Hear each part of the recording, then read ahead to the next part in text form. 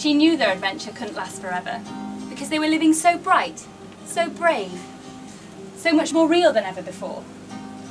Sometimes she wondered what they would do when the whole world blew away, but most of the time she thought, we're living like shooting stars. However, our heroes are now in a desolate place. Their quest for the Black Rose has taken them to the wasteland beyond the mountain. They follow the railway tracks, looking for the ruined mansion. But October has not been kind to Luke. He is coughing. He is cold. He has not played for days because his fingers feel swollen and strange. He cannot walk anymore. There's no shelter. There's no wood to make a fire. So Luke closes his eyes. When they woke up, they were by the embers of a warm fire wrapped in an old black coat, and there was a woman with silver hair bandaging Luke's hand. Well, I didn't think you two were going to make it. You're in pretty bad shape. How did you make a fire? Ah, well, lucky for you, guitars burn well. No! Well, I had to, sweetheart. How'd you have played anyway with all those broken fingers? The rabbit couldn't bear to hear Luke cry, so she ran away, all the way to where the train tracks met the road in a huge kiss on the dry earth. But someone else was there too. Hello. What are you? You're at the crossroads. People come here when they want something. And I give them what they want. But what you want is impossible. I don't need it to be possible. Do you really think that after the rose he'll have time for you? He wouldn't leave me. But you should leave him. He'd never make it without you. You know what pain really means. Do you really want him to know what it's like? If he wants it, I want it. No, you just want to be needed. We like sleeping in the rain, listening to howling wolf and fighting to lose. We like to be hungry, and we like getting bruises and tangled hair and doing scissor kicks and swallowing cold water like knives. We like falling out of trees and singing until our throats hurt and looking at the sun until it explodes our heads with light. And we like walking far, far away until the muscles in our legs tingle and burn with sparks until we feel so thin and lean. It's as if there's nothing to us anymore that we don't need, that shouldn't be there. It's all been burned away. We walk until we're on fire! Oh. So what does he call you? Exactly, he hasn't even bothered to give you a name. I'll leave you alone, but just remember, no matter what you do, there'll always be something that's not right. I will never give up on you. I will never let you down. I will always be with you. I will never give up on you. I will never let you down. I will always be with you. Meanwhile, back with Luke. He was telling the woman with the black coat all about his search for the rose. Well, you're close. The mansion's not far from here. But why would you want to go there? I've told you, I wanted to feel pain. Are you sure you mean pain and not suffering? Isn't it the same thing? Well, I think if you still have to ask that question, then you haven't found what you're looking for. Experience takes time, and it doesn't always turn you into who you want to be. You'll blame your face for tears soon enough, son. Everybody does. Like you. This wasn't always my coat.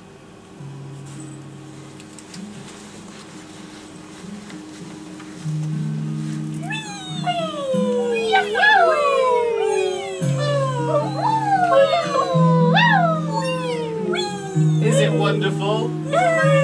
Is it worth it?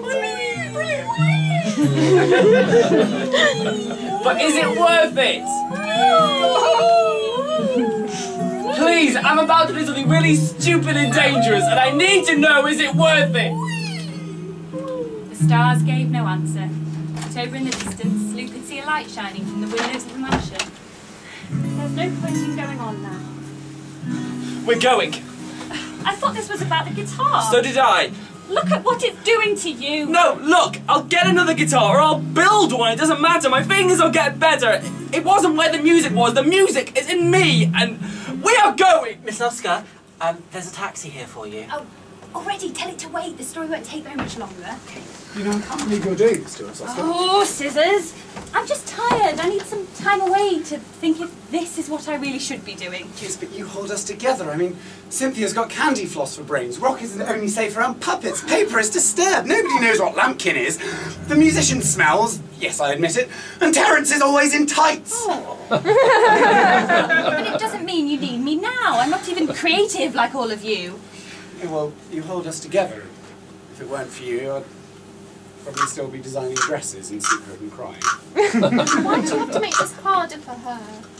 Because she knows what she's doing and she's still doing it. Chapter 6. The Griffins and the Garden. Oh, go on!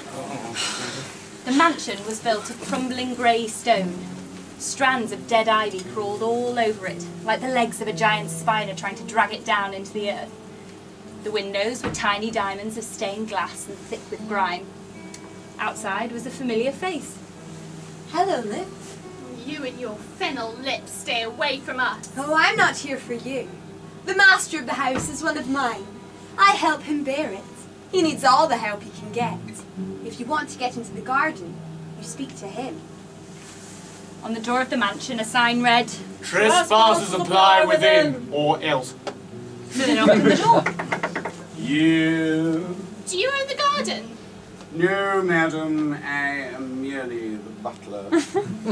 I take it you wish to speak with the master regarding the rose.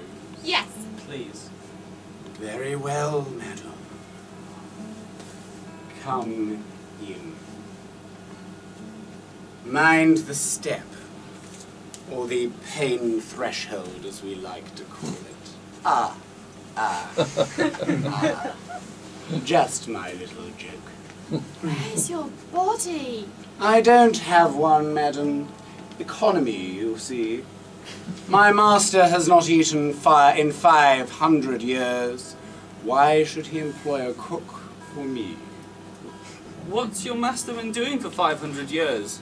Oh, hanging around, sir. Two wandering masochists to see you, sir. Oh, do I know them? One is a woodland mammal, and the other is a twit, sir. Well, cover off, Lynch, I suppose. Very well, sir. Yeah. I know what you're thinking, but don't worry. My conversation is far more than two-dimensional. As long as you're in the right frame of mind. Oh. I always make the right impression. Yes. Oil show you. Yes. That's my favourite. All right, that's enough of the puns. I'm a talking portrait. Let's get on, shall we? We want to get to the Black Rose. Oh, I'd hoped you'd all forgotten about that by now. So it is here then? Yes, it's in the garden. You're not the first people to come looking for it, but I must urge you to abandon your quest. The rose is quite dangerous. Well, why haven't you destroyed it? What if something worse took its place? No. Much better to hide it here where I can keep a good watch over it, you know. That is why the master always insists that visitors see him first so that he can make his offer. Oh yes, what could you possibly desire from the rose that I could not offer you with my vast wealth, you know? You want to give me money? As a reward for your bravery and, to leave here safely. We could buy you another guitar. No, not what's valuable to us is something that can't be bought. Really? I once bought that rose. How did you buy something like that? At a great and terrible price. I thought that if I could own pain, somehow I'd be able to control it. I know now how foolish that was. On my death, I was forced to remain here, in this form, so that I could protect others from the horror that I had created. More absinthe, sir. Oh, yes, please. Remember, children, alcohol isn't the answer. Paper, I'm getting very worried about you. What if we choose to go on? Oh, well, alas, I cannot prevent you from entering the garden, but thank heaven, though you may go in, you will never find the rose. And even if you find it, you will not be able to reach it. How hard can it be? Beyond each gate, 12 of which there were, was a tangle of plants, impenetrable, stretching on forever. 12 ways in, and no ways out. This gate first? Well, what if it's the wrong one and we get lost? Well, there's no other way of knowing. Well, you could try asking for a start. Did the big ugly statue just speak? Everything weird talks to us. I'm not a weird statue. I'm a magical talking griffin statue. Stop, Terence. Griffins aren't Irish. Oh. Shall I Swap. swap? Swap. Oh, okay. Right, so griffins, children, are mythical beasts with the head, front legs and wings of an eagle, the body of a lion, and for some reason the ears of a horse. Still weird. You should always be polite to Griffins, my boy. Why? Exactly. You never know when we might have something you want. Yeah. See, Griffins are for garden stuff, right? Well, if the flesh and blood Griffins are too, well, threatened by the dangerous thing that needs guarding, still needs guarding, doesn't it? That's why we, the Invincible Guardians, was built. Invincible, yeah. What the ropes? Horace doesn't look invincible. Oh. Yeah, well, Horace may have lost his beak, but he don't feel it, does he? No! No, of course he don't, no! Invincible. Yeah. If I lost something, I'd rather feel it than feel nothing. Yeah, well, tell you what, mate. You go on through this gate, and we'll see how much you can feel.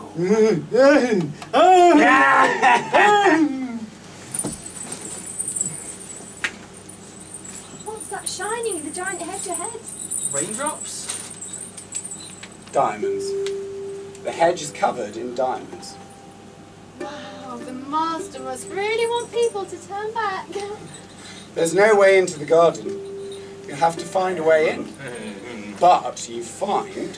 This is definitely the last time. Well, the old fool wouldn't put these here if he didn't want people to steal them, now would he? Someone behind! Oh, it's you. Have you found enough trouble yet? We just want a way in. Likely story, you're here to steal. Oh, look who's talking! Not the time. Now, this is our treasure. We found it, and if you think some scummy schoolboy in a cape is going to... This isn't yours. Where did you get it? A dead woman. She said you have to hurry. Oh, this is just so typical of her.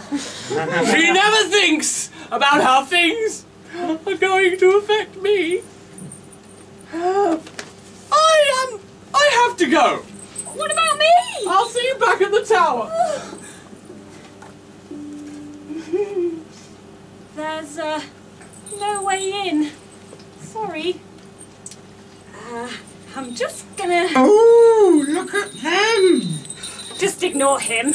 Just like you and me. Big one and little one. But a big difference between me and her. I'm so sorry. What's that? I have a life of my own.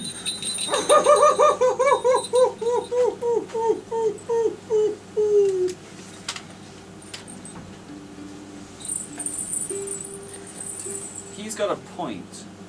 The little painted head on a stick has a point. We want to get in there. Let's get in. No. Just me. Well, what do you mean?